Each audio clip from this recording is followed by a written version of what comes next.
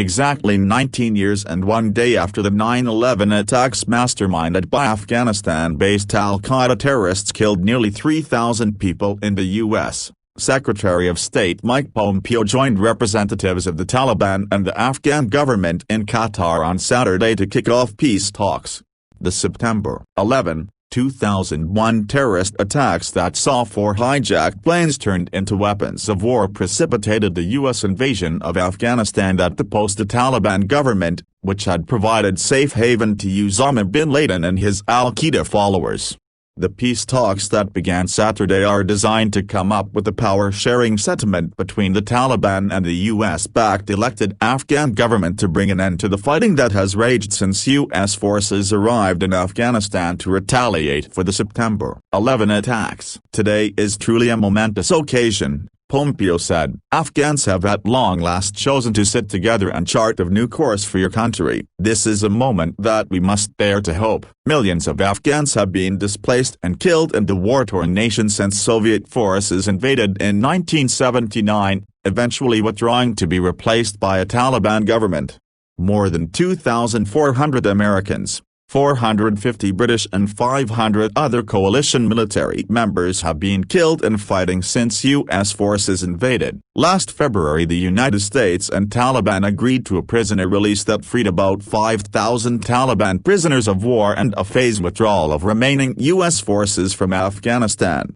The U.S. announced Wednesday that the current 8,600 American troops in the country would be drawn down to about 4,500 by early November. Under the agreement to start talks, the Taliban committed to barring any foreign terrorists from Afghanistan. This was a key American objective in the wake of the 9/11 attacks. The talks were supposed to reach an agreement within 14 months but have been delayed since March because of a dispute regarding the issue of prisoner releases. When the final batch of Taliban prisoners was recently released, the way was cleared for talks to begin. However, there is no agreement as yet of a ceasefire between the Taliban and Afghan, U.S., and other coalition forces. That creates the potential for peace talks to collapse at any time, given that events on the ground in Afghanistan can intrude at any moment. The Taliban are loath to commit to a ceasefire, contending that would reduce their negotiating leverage. The attempt at reconciliation between the warring sides in Afghanistan is consistent with the overall U.S. policy of trying to wind down our long-term engagement in this and other conflicts in the region.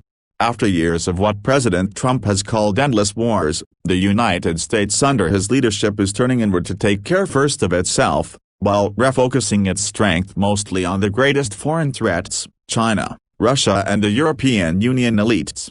China represents a military, economic and geostrategic threat to the U.S. Russia operates sluggishly out of opportunity. And the EU elites pose the deepest threat, not military, but intellectual. In that context, we are attempting to reduce our footprint in Afghanistan and the region. Despite the U.S. refocus, aggressive adversaries, including Iran and Turkey, will challenge America and all our allies. The Muslim Brotherhood-oriented government of Imran Khan in Pakistan is emerging as part of that axis. Pakistan and Turkey are provoking India and attempting to radicalize its huge Muslim minority, just as India faces dramatically raised tensions with China. Moreover, China is aligning with this coalition, as the recent Iran-China strategic agreement illustrates. Opposite them is the collection of allies banding together under our encouragement. From Greece to India, a powerful bloc of nations operating in strategic coordination is emerging to strengthen the U.S. position even as we withdraw.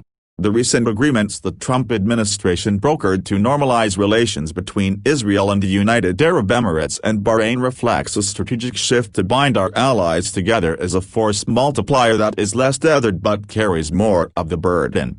The important agreements anchor a much larger strategic bloc emerging, bringing together various Sunni Muslim forces with other regional forces. Within that context, the Trump administration is asking U.S. allies to step up to the plate to share the burden. But in return, we are backing them up internationally and diplomatically more strongly as they take on our common regional enemies. In addition, India has a strong interest in supporting the Afghan government as a counterweight to Pakistan and its increasingly radical Islamist agenda.